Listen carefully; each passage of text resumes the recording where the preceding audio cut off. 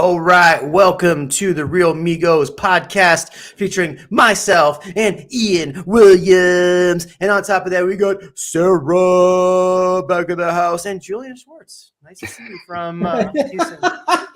Thanks, All right. Sorry, everybody. I'm like running on 30% today. It's been a long week. This market was supposed to be slow in 2023. And Ian, is the market slow? Not really. I mean, No. There's a lot of activity. You still have people that are on the sidelines, but they're still asking lots of questions. You still have buyers that are putting things, they're sending offers. I don't know if all those offers are getting accepted, but we're still moving. So it's interesting. It's been a wild week for us here. We got a couple listings hit the market. I got 3 listings hitting the market. One's a piece of land at $2.5 million, which is going to be pretty darn sweet. So, and we got listings that we had sitting on the market are now going under contract. So that's great.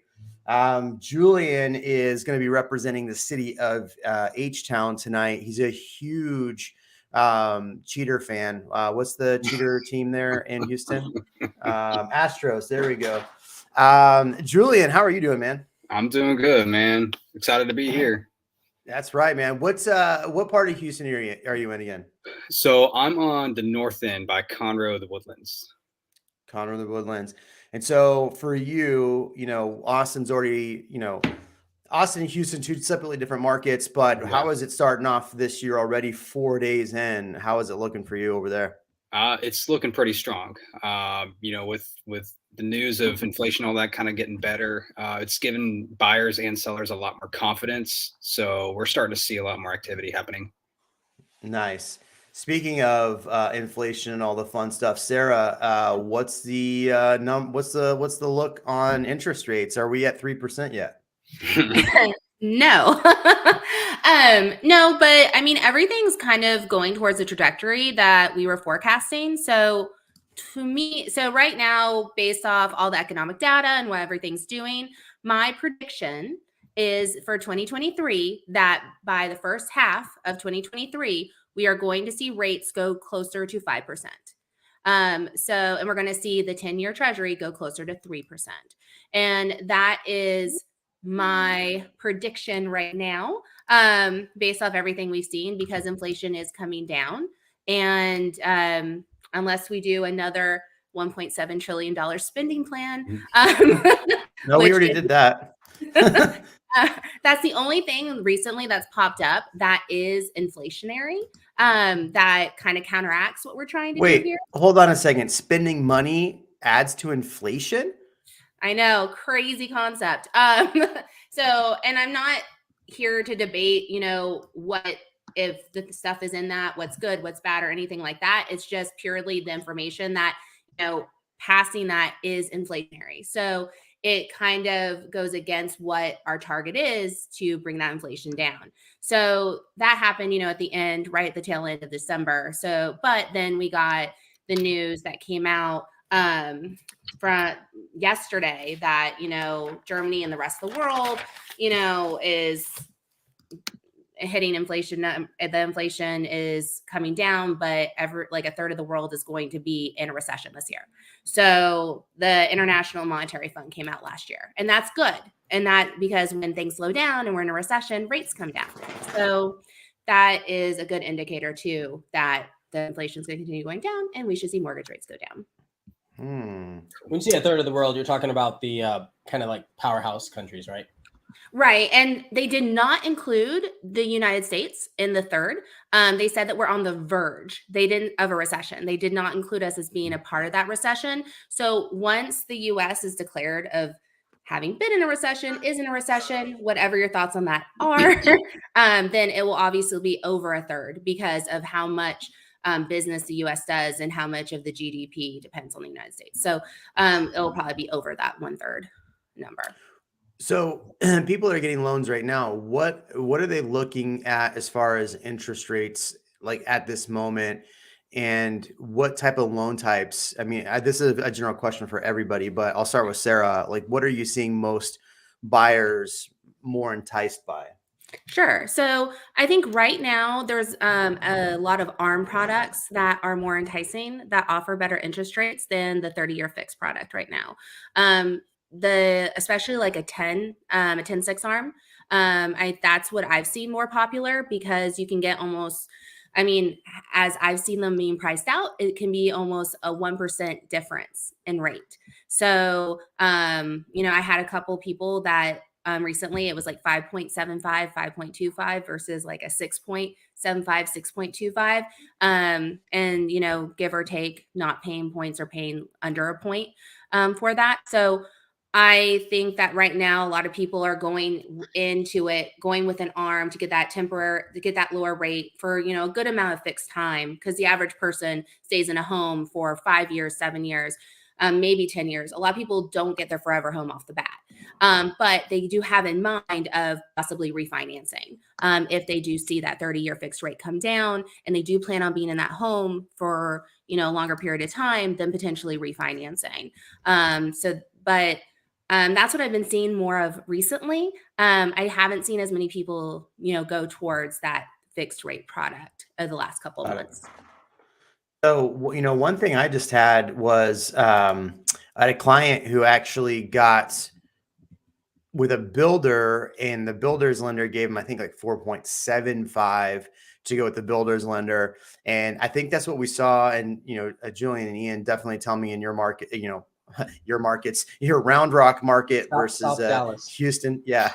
Houston market.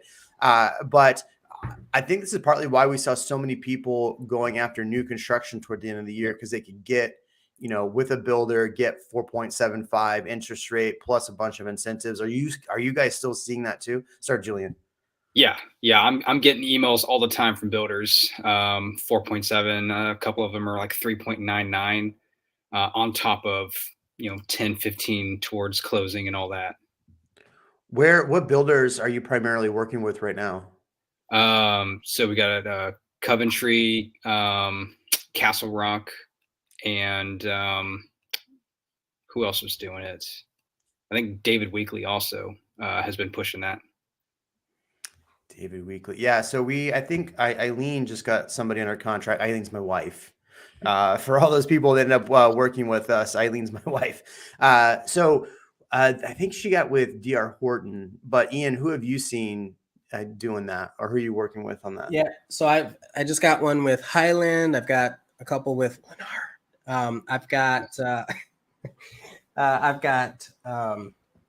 Scott Felder, and they're all doing like some variation of incentives. I don't think Scott Felder's doing the buy. It's either a buy down or they're offering design center upgrade, something like that. They're giving you choices because there's a net amount of money that they're able to play with. Right. So I got a question for you. I mean, Sarah, you can definitely chime in on this too, because you work with a lot of builders on that side as well. Yet we saw a lot of builders offering a ton of incentives. I know here in the Austin market, and I'll let you talk about the Houston market, Julian, but Austin, we're starting with 10,000 units, which is like 4 times what we started with last year. Or it's like it's 9,100. And on average, what are we, about 6,000 to start off the year? So we're still pretty inventory heavy. So the question is, do you think that a lot of these builders are going to continue these massive incentives towards getting buyers, especially, in the Houston area? I want to hear from you though, before you answer that, Julian. I want to hear what the numbers are as far as the inventory in Houston, and what do you think that's going to mean? Yeah. So I actually don't have the full number on new construction inventory. We don't really, at least I haven't been able to find a way to break it down like that, to show me it maxes out at like 5,000 on my end. But I mean, yeah, I know we've got a lot, and they're definitely going to be pushing heavy inventory, heavy incentives until they start getting the inventory down. Do you use Matrix or use HAR? Yeah, it's through Matrix. Through Matrix, let me show you a trick. Yeah. So to find that information, let me pull in Matrix, because I didn't know this until actually about like 6 weeks ago. Matrix, M-A-T-R. Yeah, I gotta spell it the right way. So you can actually click when you're looking at this, because yours is probably slightly different than ours. Let me share a screen here. Boom. So when I look at this, Mhm. I go search listings. When you go down, you hit results. Right. Oh shit. Where's it going? Yeah, right here. Oh no, come on, man. Criteria. Right here where it says like 5,000 plus matches. Mhm. If you click on that, it actually will tell you how many total. Okay. So I learned that trick probably about 8 weeks ago. I said 6, but it was probably like 8 weeks ago. Anyway, so pull that up when you can. But Ian, as far as you, the same question. I forgot what the question was, but yeah, you That's go. funny. That's what I use to search for agents, like how many agents are in the market. And anyway, that's irrelevant to the question, but it's a cool trick. So I think you were talking about builder inventory and Incentives. how they're handled. Incentives. Inventory and incentives. Yeah. So I actually I went around to, 15 different builders over the last week and just kind of interviewed them to see what the salespeople thought. Mhm. And all of them seem to be in the waiting phase, right? So they're like, well, we have incentives. We had incentives last year that are carrying over into this year. And all of our management is just saying, we're just kind of going to wait and stick with what we have if we can. We're not adjusting many of the incentives because we really don't know. Yeah. And so, and you can see that. So I still have, I think it was, let's say DR Horton. Every 3 that they sell, it's still going up by $5,000 in that community. Wow. So they're still doing those types of things. But there was a huge price drop in November for a lot of things. So for a lot of their inventory. So you saw the price drop, and now they're like incrementally climbing as the sales show up. And I've also noticed that it's different in pockets of neighborhoods. So like there's a neighborhood in Georgetown, they're doing very little because everyone seems to be showing up in that neighborhood. So the builders don't have to give as many incentives. Yeah. But the place down in Elgin, and then there's one in Kyle, they're like just trying to get people to walk through the door. Well, Lennar down there like doesn't feel like they still need to even talk to realtors. Kind of funny. Well, then you talking about the Sunset one? No, there's the one where they're putting in the big complex, like that. I keep calling it Soto Sopa if you watch South Park, but it's like their domain down there. Sarah, quick question for you. Yeah. Did you answer it? I acted like a frozen person. So you work with a lot of builders with incentives. How does that work with you? Are you still able to beat some of the builder incentives? And do you think they're going to keep, increasing or adding a lot of these incentives at the beginning of the year? Yeah, sure. So, I mean, so far, I have been able to beat or match the majority of incentives that we've seen. Only recently have I gotten incentives over this past month that we haven't been able to meet. Actually, the one that you were talking about earlier, I was working with that client and I told him, he showed me what DHI mortgage was offering. And I called him and told him today, I'm like, this is a great offer. I was like, and I wanted to get clarification because some of those incentives are using temporary buy downs and some are actually buying down the full rate for the full fixed time period. And that makes a huge difference. So if he was able to get that rate at 4.75 for a 30-year fixed, that is way below market. That's amazing. And and I didn't see it priced in anywhere else. So I was like, if this is true, like rate for the full 30 years, take it. Like I'm here for you if anything changes, but you need to take that off. Hold on a second. Lenders can be honest with people? No, it's crazy. Wow, that's how they should be. But anyway, so that's a lot of the other incentives I've seen were temporary buy down situations, which is something that, like we were able to do that for someone last month and their starting rate was 2.75. I mean, so it just depends on how that's tailored and you really want to ask good questions. And that's why you really want to have a knowledgeable realtor, a knowledgeable lender you can get a second opinion from and really make sure that you're understanding what those incentives are and what that offer is. With that being said, yes, we've been able to match or better compete with most lenders. I've gotten a couple recently where we couldn't. I think as far as incentives go, I think once that regular 30-year mortgage rates start coming down and people get off the fence, because right now there's a freeze on for household formations. So we had about 1.75%, 1.75 million households that are looking for housing. And that decreased at the very end of last year to about 1.3. And that's because with all the stuff in the news about, recession, interest rates, everything else, people are kind of holding and waiting to go out and buy their homes and have these new household formations. So once we see and get more news in the inflation is getting better and interest rates start coming down, those people are going to get off the fence and start going back into the housing market. So I think once that happens and they see increase of demand from these builders, that those incentives are going to start going away. You know what? I also think that one thing that we kind of forgot about over the last couple of years is tax returns. So I think there are a lot of people that are really excited to enter the market as they're getting their W-2s and kind of playing with their money there. Because that's a great opportunity. And remember, if you go back pre-pandemic, you actually had you had builders that were saying, listen, just bring us your tax return and we'll figure it out from there. It's like, okay. You bring up taxes real quick. Apparently they're, according to, I don't know who this John PR is, but they're saying there's no inflation, no border crisis. I don't know. I was just in El Paso and I got to tell you, it didn't look good. And I was there. Anyway. I was trying to, never mind. I'm not going to tell you about my El Paso story. Dude, yeah, it was pretty crazy in El Paso. Anyway, so you brought up taxes. Jeremy loves taxes. So this is a great question, a great segue. So I've had more clients reach out to me to say, hey, what's up in the last 2-3 days, because Travis County finally put out Travis County finally put out the taxes like literally the last week of the year. And everybody's going like, why did my taxes go up so much? So question is, everybody on the channel here, are you starting to see everybody go like, holy crap, taxes went up way more than I thought? And in Houston, why does it suck? So go ahead. I was going to ask if Houston can go first. Yeah, Houston, go first. Oh boy, yeah. I think our tax rates are a little bit higher than you guys up there. Yeah, what's the average tax rate over there? Average, man, I don't know. I know it ranges so widely here.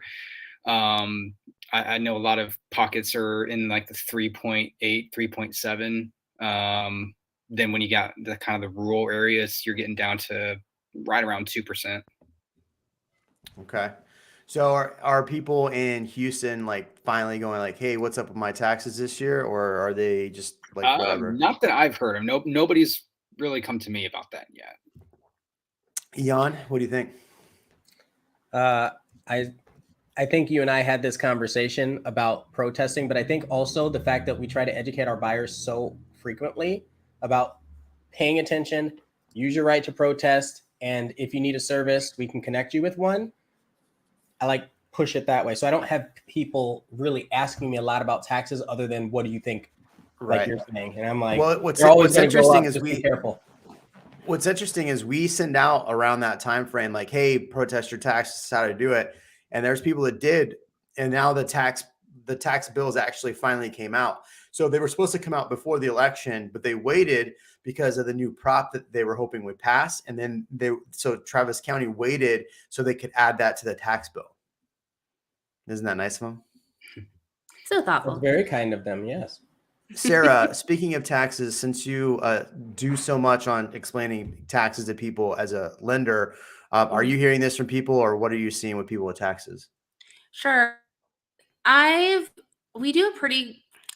It only really comes up where it's an issue towards the end of the year when we use the most recent tax rate on resales. If it's a new build, then we have to do a manual calculation. So it doesn't really affect those folks as much since we're calculating for the improved taxes, which is the final home price amount.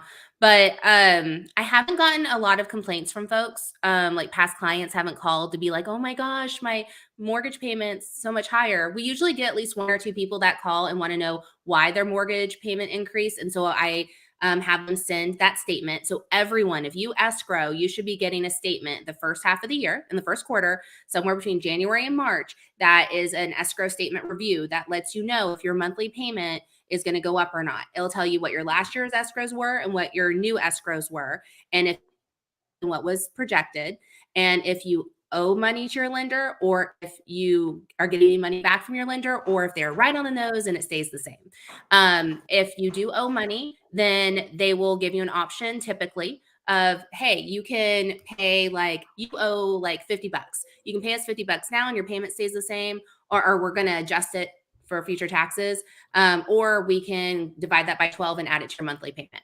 So anyway, that is what typically happens. I get one or two people every year that ask about that, but I haven't gotten anyone that's up in arms. I did have a client in Houston where we were doing her loan, and then the property taxes came out like a week before closing. And it increased her monthly payment by $100. So it's pretty significant. So, I mean, I have seen that happen recently, but not with a ton of people. Okay. So taxes are out, everybody. Julian, I'm sitting here thinking about Houston, and I'm thinking about, is it a good time? Absolutely not. Is it a good time to invest in the Houston area? So, by the way, usually we have Katie Day on here, and I sling even worse arrows at her. But you're getting all the fun arrows. So, as far as like Houston right now, what are you looking at as far as the market in 2023? Do you think that it's a good time for investors to really get into the market? Like, what are you seeing overall in Houston for just the market conditions? Yeah, so in my primary market up here in the Woodlands, I am noticing a lot more of the below median price point homes are sitting a little bit longer and selling below their asking. So I mean, that's a great opportunity for those investors to come in and get those homes a little bit lower than what they're listed at. And many of them are getting concessions from the sellers, so just depending on really where you look, a lot of the. What kind of concessions are you seeing them get right now? Just cash towards closing, anywhere from 15 to 3 or 5,000. Sarah, what are you seeing most buyers get right now that are working with you on the lending side? What are you seeing them get as far as concessions? About 5,000. About 5,000. Ian, what are you getting? Oh man, wait. You're talking about from the lender or for the builder? If it was from just either one, like concessions from the builder, concessions from resale. What are you getting? Yeah, some of them are 4,000, 5,000. Some are 30,000. Well, okay. So give us an example where somebody got 30,000. So if you get, like I said, you go back to closing costs paid, you get a buy down, and or you get some of the design center upgrades. There's an amount that adds up to that much money. You can't get it all at once. So you can't just have all your closing costs paid and owner title policy and designer discounts. Like you can't do all of it, but they have a finite amount, and then you can kind of divide it up into what is more of a priority for your situation. Got it. I like this comment right here by Joe. I hear Lennar will just give you drywall. That's if they don't paint it. Sorry. Yeah. Did I say that? Did I say that out loud? Yeah. Julian, who's your least favorite builder in Houston? I mean, I would have to jump on that Lennar train. The quality isn't that good, and they've really kind of stuck their noses at us, and hold on. We gotta say this. We gotta say Lennar builds a product for a certain budget, and that. So they might give you thin paint, but that doesn't mean they don't paint it. I have to just clarify that. It's thin paint. But they know it, and people know it. I'm trying to do this like fun thing where I'm like just doing everyone as a solo. So if you're in the comments and you think this is just distracting as hell, let me know. But I'm finding it quite entertaining. Sarah, say some words so you get some screen time. Ooh, actually, one of the things I wanted to point out is that if you are getting those builder incentives, you Okay, done. We're done with Sarah. I'm Wait, just she's kidding. not Houston. You can't do that. I'm just kidding. Okay, I'm just kidding. Go ahead, Sarah. No, but you want to, there are limits on how much money they can give you legally. And so I actually had a client today. I reviewed that because the amount of incentives that they put on there was over the limit. So they weren't actually going to be getting all those come close time. So you just want to make sure too that, and you guys probably see this from your clients, but there's just certain amounts, a percentage of that sales price that can actually be an incentive from the builder or the builder's lender, and it's totals together, and it can't be above that, and they can't give you more than that.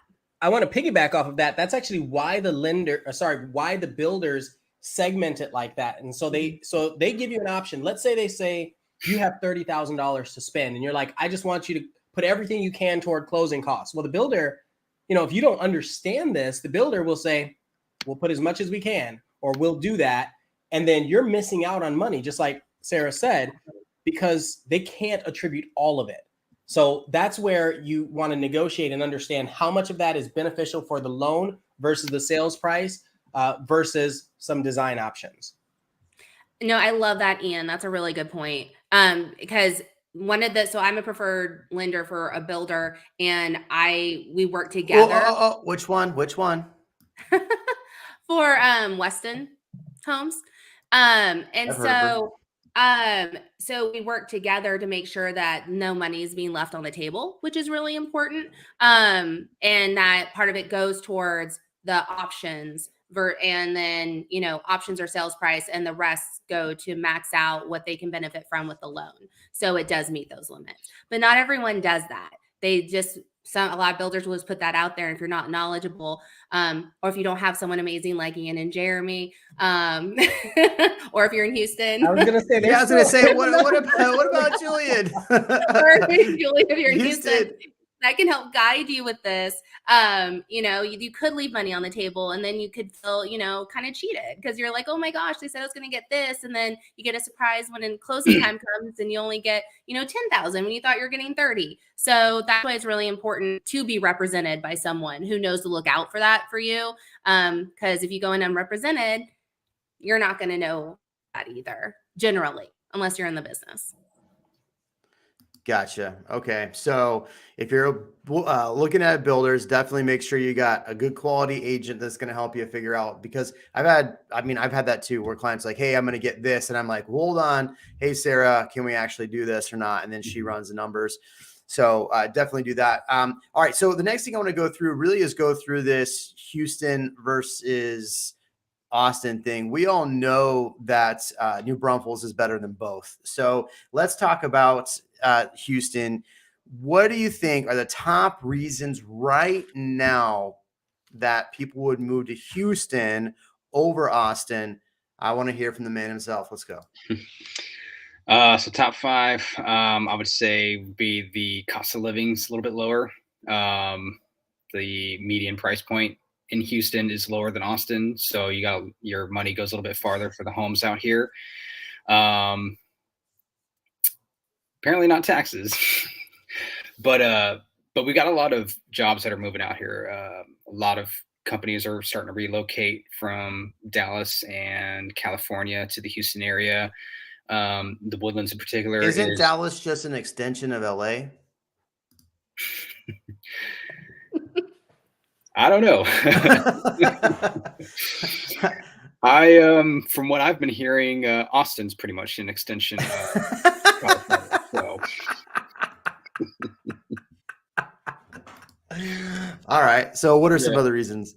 Yeah. So, but jobs, a lot of jobs moving out this way, and a ton of growth. We're starting to push out into the more rural boundaries. And eventually, I would say within the next 10 years or so, we're going to kind of close that gap between Houston and College Station. And that's all going to be residential between there. So there's a lot of growth opportunity out here. Nice. Somebody in the chat right now, Joe, just sent me a reel of El Paso. So I'm looking at this reel. I've gone to El Paso since 2008, and I have never seen El Paso like that. So just interesting. Sorry. Thanks, Joe. All right. So Ian, what do you think though? Let's rebut Julian's premise here that Houston's better. So what do you think are the reasons why Austin would definitely be better than Houston this year? It's interesting because almost everything he said, I was like, yeah, I think Austin's better in that regard. So he ousted himself on the taxes. So I think you have a better opportunity for long-term gains when it comes to property taxes. I'm going to say the vibe, right? Like that's a big deal, especially for your millennials, your zennials, and whatever goes below that. It's really cool. Tacos are better. Do I have to say more about that? We're not talking against San Antonio here. We're talking about Houston. Austin has really good food. Now, when you're talking about Asian cuisine, Houston's pretty great. I'll give them that. But we got the coffee and the tacos and the brisket and all that sort of stuff. And then now what's interesting is you said growth. I think I really like looking at percentage growth.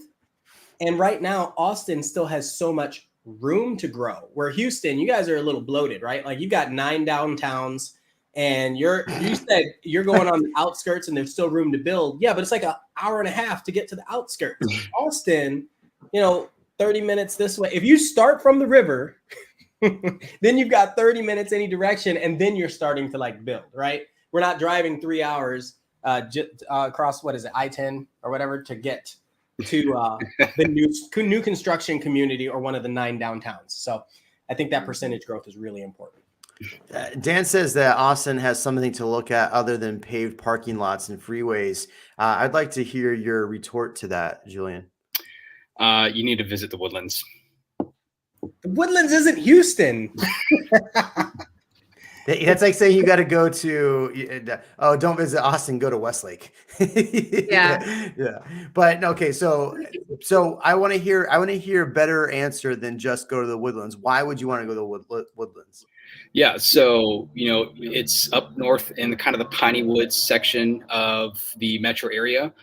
But the way they designed the Woodlands is when you're driving through the main roadways, you don't see commercial. It's all hidden behind trees. So you're pretty much immersed in nature when you're out there in the Woodlands. What would you say? There's some really good questions in here about Houston, but what would you say are the top 5 areas in and around the Houston area to move? Top 5.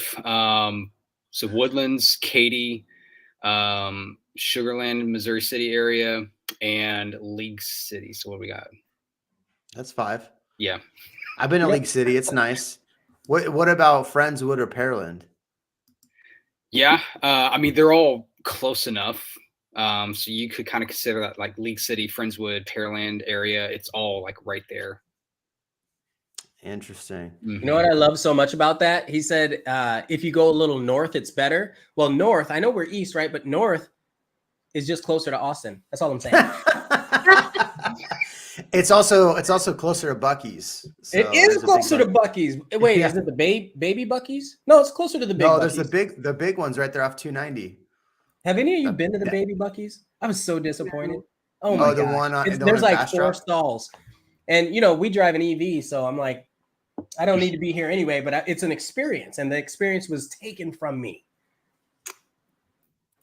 So Dan says, I was in Houston for a week last week, and the vibe in Houston was rough. Something is off about Houston. Austin has a lighter vibe and a cool place to live. Some would say it's very California-y. Wait, have you ever heard anybody say Houston is a cool place to live? No. Man, why are we? You don't. I'm just asking. No, that's a legitimate question. I'm just asking. I have some friends who are from Houston, and they swear by it. In fact, they go back to Houston all the time to go downtown and go bar hopping. Like downtown area, there's some fun places to go. Yeah, so I don't want to Absolutely. Midtown. So I don't want to totally bash Houston, but there are some cool places to go. How many people have lived in Houston and then visited Austin and then left Houston? Not Right? me. Versus the other way around. And if I say from the other way around, it's not because of money. Like it's not because costs were too high, but it's because they actually wanted to go to Houston. No, Julian's definitely coming back. He's definitely coming back. I love this guy. But that's not, so I don't think you anticipated how rough this could go, but we get pretty No. harsh on Houston. So don't take it personally. It's just where you live. That's Yeah. If it would be like if you lived in California, we would give you just as hard of a time. So you're okay. I'm sure everybody would. Yeah. Yeah. It'd be probably a lot worse if you're in California. That's why nobody in California wants to ever come on anymore. But which schools are better in the area? Katy and the Woodlands are by far the top. According to what rating? Because you got to kind of justify that. So Yeah. that way you're not saying anything wrong here. Gotcha. You know, So when you're looking at violating rules. niche.com, Uh-huh. the Woodlands and Katy, they're going to have the majority of the A+ ratings.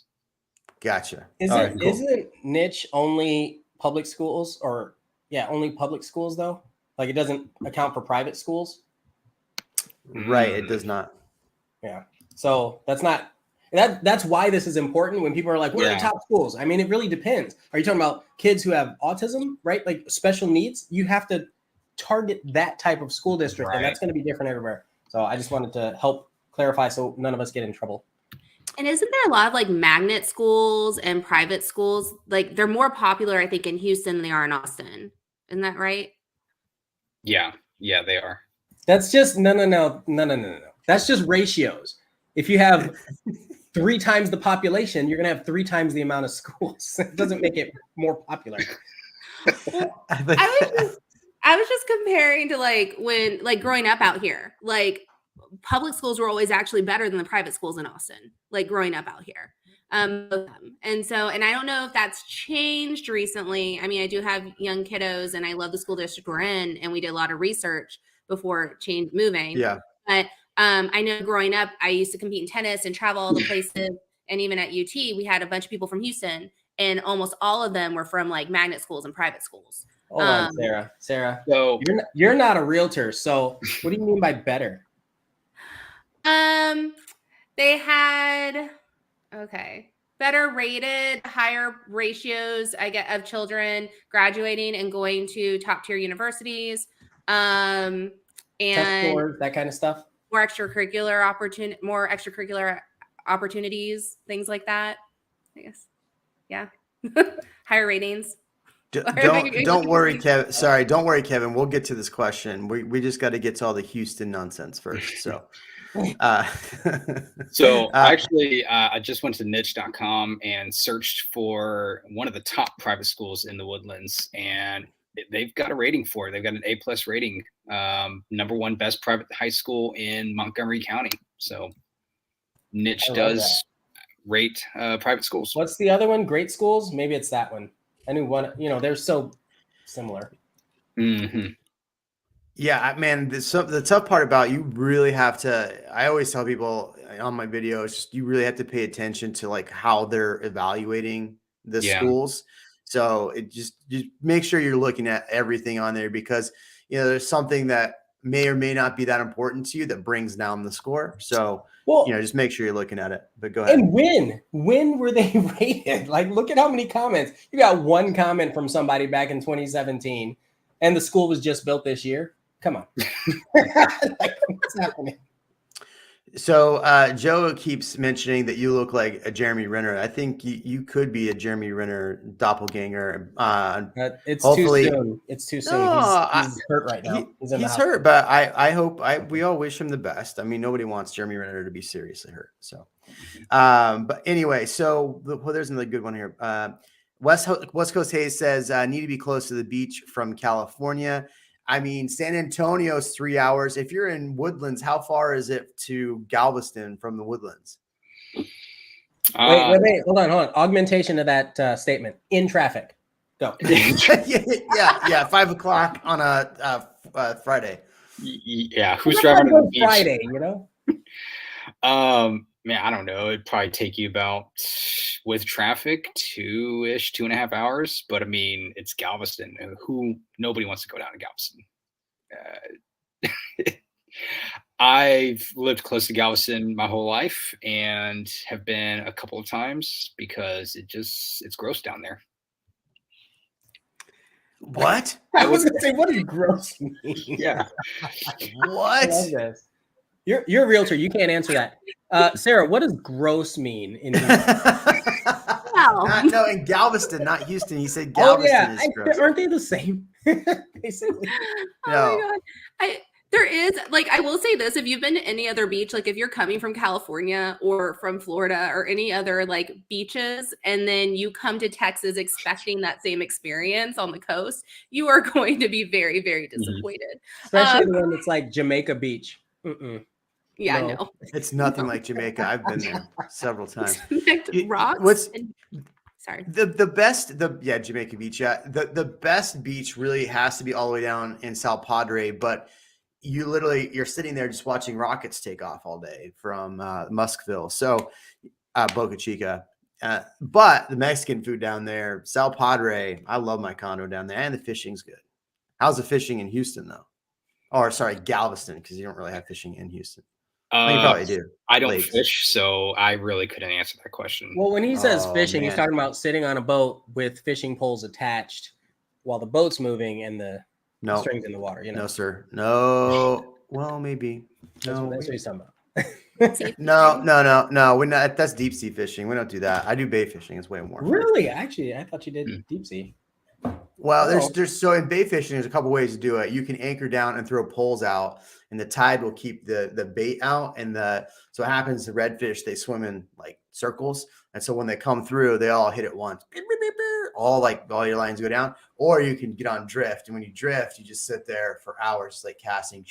And when they come through, they hit fast too. So it's a lot of fun. You guys should bay fish. It's a good time. I did. Fly fishing. I haven't vetted this yet, but Rena says, I lived outside of Houston for 16 years. Now live outside of Austin. Live where outside of Austin? I'd love to hear that. Houston has recently put apartments and Section 8 housing throughout neighborhoods in the suburbs, and there is now high crime. So I'm curious, Rena, where you're moving to or in and around the Austin area that's outside, and how that compared to where you are there. I'd love to hear that. And then here's this one. I've heard Galveston gives Newport, Laguna, and Huntington Beach a run for their money. Oh, man. That's funny. That's funny. Wow. I've never seen that. I'm not going to read that one out loud, but it's on the screen there. You can read it. That's an interesting one. Sarah, Never seen that one. you can read it. No. I don't want Was this YouTube in to go, hey, what are they Houston, or talking was about? this in Austin? Yeah, exactly. That's a good question.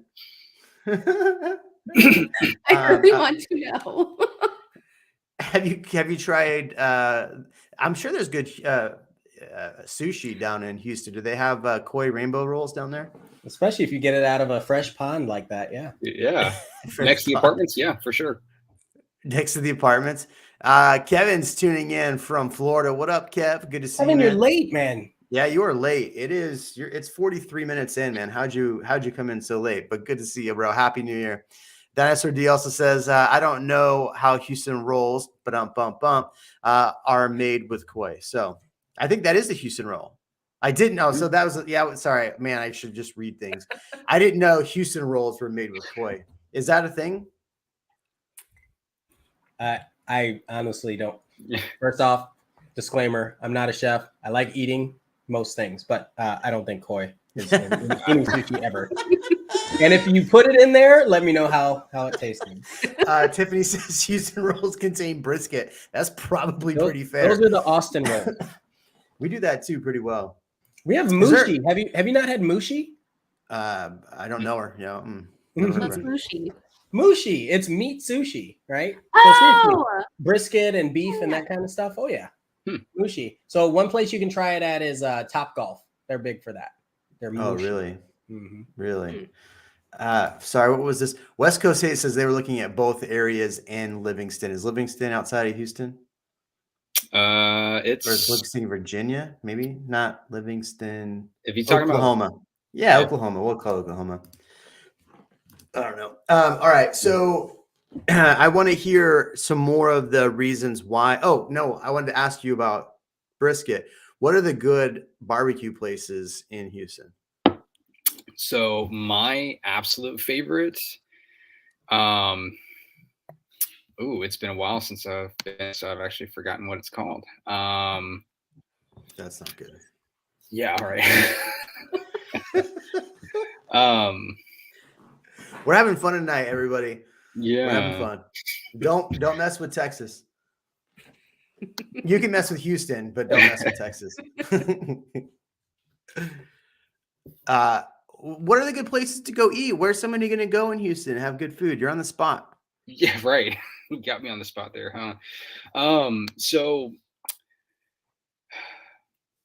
I really enjoy going to Tris in Arby's? Woodlands. It's going to be one of the fine dining restaurants out there. Wait, what did you call it? Tryst? Tris. Chris. Tryst. But I mean, there's a lot of great burger places.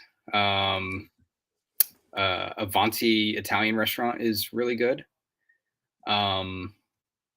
Taste of Texas. So right off of I-10 near Katy, that place is phenomenal. What's the name of it again? Taste of Texas. Taste of Texas. I've driven by. I've seen it. I haven't been to it. It's right off the 10, right? Mm-hmm. Yeah. Joe says that Arby's off of 620 has amazing sliced thin beef. I want to know from you in the comments, where's the best places to eat at in Houston? I should say, Tiffany, because Tiffany was responding to Houston. God, I even spelled her name wrong. Sorry, Tiffany. I'm like running on 30% right now. International District, Katy, Asia Town. Yes. Have you been there? They Julian? have koi sushi rolls. Yeah. Yeah, it's been a while since I've been out there. Sarah, would you move to Houston if you were forced to? If I was forced to, Mm-hmm. yes. What part of Houston? If I was to force you to move to Houston, what part would you move to? I would probably move to the Woodlands. Woodlands. Okay. I would probably Like, go like Friendswood because that you are closer Yeah. to that crappy beach down there. that's a good area too. I feel like it would definitely be a toss up between like Woodlands or Friendswood, kind of that area, because Leak City's that's nice. what that's what I'm most familiar with from back in the day when I used to do tennis tournaments and stuff. That's where they're mainly centered, and they seem like really nice areas, especially for families. I will say Okay. that the mall in Houston is cool. They have a American Girl doll store there that is amazing if you have little children, and a carousel and all these Yep. things that our malls don't have. Don't they have an ice skating rink there too? Yeah. Yeah. Yeah, their mall is pretty legit. Yeah. They're one mall. It's really big. The Japanese teppanyaki restaurant in downtown Houston lets you pick out your live koi fish out of the pond. Oh man, Joe. Oh man, you're getting us canceled off this show. So Julian, you're actually a big F1 fan. Mm-hmm. Tell me about there's a specific driver that don't they live down in the Woodland area? Sergio Perez has a place down there. Yes. Mm-hmm. Yes. I like Sergio. What's Sergio's nickname? Checo. Nice. Yeah. Nice. I love it. So are you coming? I already bought tickets. It was very expensive to buy tickets, but I already bought tickets for October. Are you coming this year? And are we going to be able to film some content at F1 this year? I don't know yet.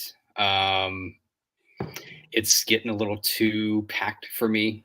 Julian, just say, when you buy me tickets. That's what you say. Oh, yeah. That's a good one. That's fair. That's a fair question. Yeah. Man, so my experience with F1 the last 2 years, because I've gone the last 2 years, is it is packed. Yeah. It is so packed. The concerts aren't even fun to go to. Like Green Day this year was terrible. And then they had Ed Sheeran. Oh God, I couldn't even do it. He doesn't seem like big concert, like a big venue kind of guy, you know? Yeah, I would listen to Ed Sheeran in a bar. I don't know that I'd listen to Absolutely. him like 30,000 people. He was okay, but not my favorite. He So doesn't I'm have a looking. power voice, you know? Yeah, 21 Pilots was the year before, and 21 Pilots nailed it. So, yeah, I'm looking forward to F1 this year. And the good thing about just being in Texas, if you are, let's say you're from Houston and you're like, oh, I want to go to F1, it's 3 hours away. And then you don't have to go watch those Astros. You know what I'm saying? No There shit. you go. I Yeah. would, if you were to force me to go to Houston to go watch a sports team, do you guys have hockey? I have no idea. Yeah, I would rather watch your hockey team down there than your sports down there. That freaking Houston Our- Texans are killing me. I can't even pick any of them on my fantasy team anymore. The Astros, man, I'm a Dodger fan. You can see it right here. I'm a Dodger fan. And hearing that we got cheated in the World Series Game 5 that I went to really breaks my heart. And I don't watch basketball. Sorry. It's just not my thing. I love to play it. So I don't know. That's just me. Our hockey team is actually a lot of fun to watch. Is it? There's a fight every match. I At never least thought I one would like every hockey. match. It's really fun. You get really into it, especially when they smash them up against the glass. Yeah. Sarah, That's smash him just in the cool. glass! That's Smash him in the That's glass! Gets Sarah. Yeah, that little kid. Like violent rage side. Like Oh, that's funny. I would, have you ever been to NRG, Julian? Yeah. Is it? I haven't been to it. Is it a pretty cool stadium? Yeah, it's nice. I'm not much of a football fan, but when I've been there, yeah, it looked nice. Okay, all right. You're really selling it to everybody here, man. I know. That was the same tonality when he was talking about Houston anyway. So he's like, yeah, it's cool. All right. If you're just now tuning in, we've been giving Julian a hard time about Houston for a while, but that's just because we're arrogant a-holes in Austin. What can we say? There you go. We're being honest with you about it. No, so I appreciate you jumping on, man. Like you've taken it pretty well. We usually give people in either Dallas or Houston a hard time. San Antonio, we just feel bad for them, so we pick on them. So Trey usually gets it. They call him, people on the show now call Trey Mr. Spicy, but Houston traffic is bad. Yep. Also, those neighborhoods like the Woodlands are far off from Houston. I was able to make it to Bridgeland. Is that a place in Houston? Okay. Yeah. And I was too tired to check out other neighborhoods in the area. If somebody's going to come down, what are the best areas just to like get into and get out of? To like let's say somebody wants to like come in and look for a home in the 500 price range. What neighborhoods or what areas would you tell them to go to like that? Well, if you're talking about ease of access without traveling too much, gosh, I mean, they've got a point. It's very spread out. The suburbs are, but I mean, you can find that 500 price range in just about every neighborhood. The Woodlands, Cypress, which Bridgeland is in Cypress, Katy, Sugarland, Friendswood, League City. So it kind of depends on where you're coming in from. Okay. What about if somebody like wants to go buy and invest, like let's say somebody wants to be 350 and they want to have like a good spot, good home, newish home, decent tax rate, there'll be a good investment for 350. What, right off the top of the head, where would the place you tell them to go? Conroe. Mm-hmm. What do you get in Conroe for 350? So you're getting a lot of the kind of entry level homes, 3-4 bed. You're close to the freeway, you're close to good schools and kind of the hospital system, and the Conroe ISD system is really large too. Can you talk about the metaverse in Houston? The what? Oh no, it's an inside joke. What was that? Non-existent in my opinion. Yeah, there's no metaverse there. Sarah, I got a question for you. We're going to give this guy a break from all the Houston criticism. Well, I got to find it. Kevin's question was, Sarah, can people buy a home as a nonprofit to legally not pay real estate taxes? Dude, public forum. That's a really good question. Love it. If you were to have a nonprofit buy a property, that is still a business. So that would be a business loan. That would not be a residential loan, like a residential individual loan. So you would, and that's not what I do. So I'm happy to if you want to message me, I'm happy to connect you with the right person to get you a good answer for that. But I will tell you that is a business loan. That is not a residential mortgage loan that you're looking at. That's it. He's asking for a friend. That's good. Yeah, he's asking for a friend. Yeah, I'm gonna try to turn my house into a nonprofit as well. That would be great because taxes even out here are pretty expensive, Sarah. You know, I Oh, know yes. a realtor that sells churches. Well, I actually had a I house. did do a loan In Houston. but it was the seller was the diocese. And it was a very interesting loan because they had it was a religious home and it was owned by the diocese, and it was a really interesting transaction, and that's all I'm going to say about that. But and it was run down because they never updated it, and it was very sad. But yeah. I hear if you're ever trying to move some money through one of those, that's a good place is a church to, what that comment says. I don't want to get dinged on YouTube. If you pick up what I'm putting down, isn't that a good place, Sarah? A church to move money through freely and clean? I am not an expert. There's a show that I watch. It's called The Connect, and this guy was a drug dealer, and then he like talks about, hey, if you're going to launder money, this is the best way to do it. Amazing show. It's called The Connect. I definitely recommend if you're into like drug shows. Not that I'm into drugs or shows. Demonetize. Yeah. We're making $0 on this. We don't make very much money on these shows anyway. I know. It's just funny. After family here for 2 months, I think that I qualify as a nonprofit. Yeah, jeez. Julian, what's to do in Houston during the holidays? What to do? Yeah, what do you do? What do people do? Like, was there like lights that people go to? Yeah, for sure. River Oaks is a really popular place to go to check out the Christmas lights. If you're down on the south end, you're going to go to Pearland with Green Tea Estates. That's a really nice neighborhood to drive through. I would say just about every single homeowner in that neighborhood like goes way out on their decorations. And yeah, for sure, Tiffany, Houston Zoo lights. The zoo does a whole bunch of amazing kind of themed events. They got like Halloween stuff and then the zoo lights and all that. So that's a really fun place to go to. I do have to admit, if anybody is looking for an agent in the Houston area, this guy can take a punishment in this hour. You definitely should be giving him a call and sending him your business and all your friends and everyone. He's doing a great job. Yeah. Are you interested? So we're looking for a third Migo, Julian, but the third Migo part of the criteria is to have a mullet. Are you willing to grow a mullet for the channel? If I have to. If you have to. Okay. I think Checo should get a mullet. I think he would take over. He'd beat Vettel, or not Vettel. What's his face? Jeez, I can't even think of his name. Max Verstappen. No, he would take over Max Verstappen on the team if he grew a mullet for sure. Oh yeah. Everybody's like, what the heck is this guy talking about? Go watch the F1 on Netflix. Specifically Brazil 2022.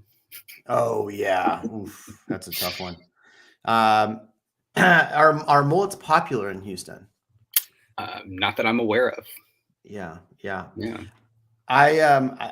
If you are anyone wanting to interview for the third Migo, the criteria is actually to have a mullet. Sarah has refused to be the third Migo and grow a mullet. So she's trying. My baby will grow a mullet. Does he count? I'm just joking. Julian, have you flipped any homes with an extra amount of pink accents? Oh my gosh, Logan's house. He had this house that was literally a pink house. Are there good flips right now in Houston? I'm sure there are. I haven't worked with too many investors lately that really kind of paid attention to those flips. I don't know. Off the top of my head right now, not sure. I love how people are DMing me on Instagram right now, food choices for Asian food. Awesome. Thanks, Brian. That's funny.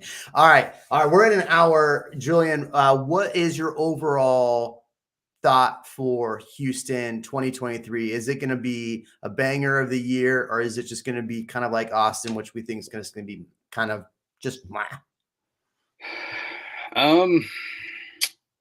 Man, I think it's going to be kind of in between that. It's not going to be like it was this year. I think we're going to see some pretty moderate growth. Just really depends on what happens with inflation and interest rates. If they continue coming down, we may see some pretty decent growth. But I think overall we're going to be kind of back in the low 1 to 3% maybe. Okay. As far as like year-over-year growth. Yeah. Cool. All right, Ian, what do you think we're going to be at the end of the year?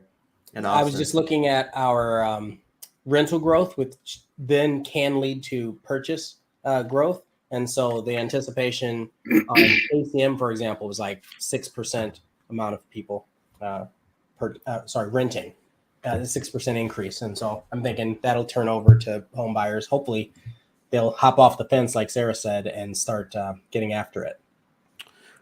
Yeah, I think that's fair. I think that this year, if we're going to look at like what happens this year, I think everybody's going to be like shocked. Like you're going to start to hear everybody go, "Oh, the market's crashing because of that graph that I show you that's going to end up doing this." So we've already dropped 17%. I think we'll be down in the middle of the year 20% and then end out the end of the year flat. Like year over year, will be just flat or maybe down 3%. Maybe I'm wrong. Maybe we'll be up 10%. Everybody will be like, wow, you were wrong again. I don't know. I'm tired of making predictions. Everybody's like asking me like, hey, Jeremy, why don't you make more prediction videos instead of all these neighborhood videos? I'm tired of having to do all the legwork to be potentially wrong. Here's the crazy thing about this. You could like make 1,000 predictions, and out of those 1,000 predictions, one of them is right. Mm-hmm. Here's what people need to know.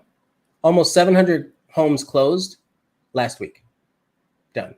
Like there are homes closing. Yeah. Oh yeah, for sure. People and are that was like the end of the things year. are rush. happening. Yeah. You're just not getting them. And that's just what's on the visible MLS market. Sarah, what are your thoughts for the Austin and Houston area since you can cover both? I think that we will see, as far as homes and closings and things like that, I do foresee that once we see the inflation coming down and it's been recognized by the Fed and we see those mortgage rates come down, that we will see people gain off the fence, in addition to people that are already kind of in the know and buying now. I think we will see an increase to that, and we'll see an increase in demand once that happens. So I think at the end of the year, we'll see some moderate growth. I think we see some like low, probably single digit growth. I don't think we're going to see anything crazy, but I do foresee that once that happens as well, because builders learn their lesson. And yes, there's a little bit more supply right now, but once those household formations I was talking about earlier in the stream, once they start coming back into the marketplace, then we're going to have a demand issue, a demand supply issue again. And then I think that prices starting to go back up again. I do think that I think by the end of the year, we're going to see rates having come down closer to 5, and we're going to see prices start coming back up a little bit, and we're going to see some growth in the market. Interesting. Was that Morgan Stanley put aside $1 billion to buy more homes this year? So we'll see how that turns out. Ian, I didn't know this. I wanted to bring it up because I thought you'd have some feelings about it, Well, it's funny is BlackRock does have a lot of investments in China. So here's what's really interesting about how our gas works, right? As far as so all these fuel companies, that BlackRock has investments in. They're trying to get them to do all of these additives and things to bring down and meet like these crazy requirements to be less pollutant. Yet they own gas companies in China that they are not having them do the same thing, just the ones in America, which ends up happening and hurting the Houston area, right? So pretty interesting how BlackRock's trying to look good in one country and doesn't care about the other. But all right, we're out. That's it. Always is, right? Yeah, that's right. We'll see you in the next one. Thank you, everybody. Everybody, make sure if you're going to be buying in the Houston area, know anybody that's going to be in the Houston area, Julian Schwartz is your guy. And you also have Sarah on here that if you're going to buy anywhere in Texas, she can help you. Absolutely reach out to her. Ian, as always, he does not live in South Dallas. He just lives in Round Rock, Georgetown area. I'm down south. I live like 4 streets over from Sarah now. So we'll catch you in the next one.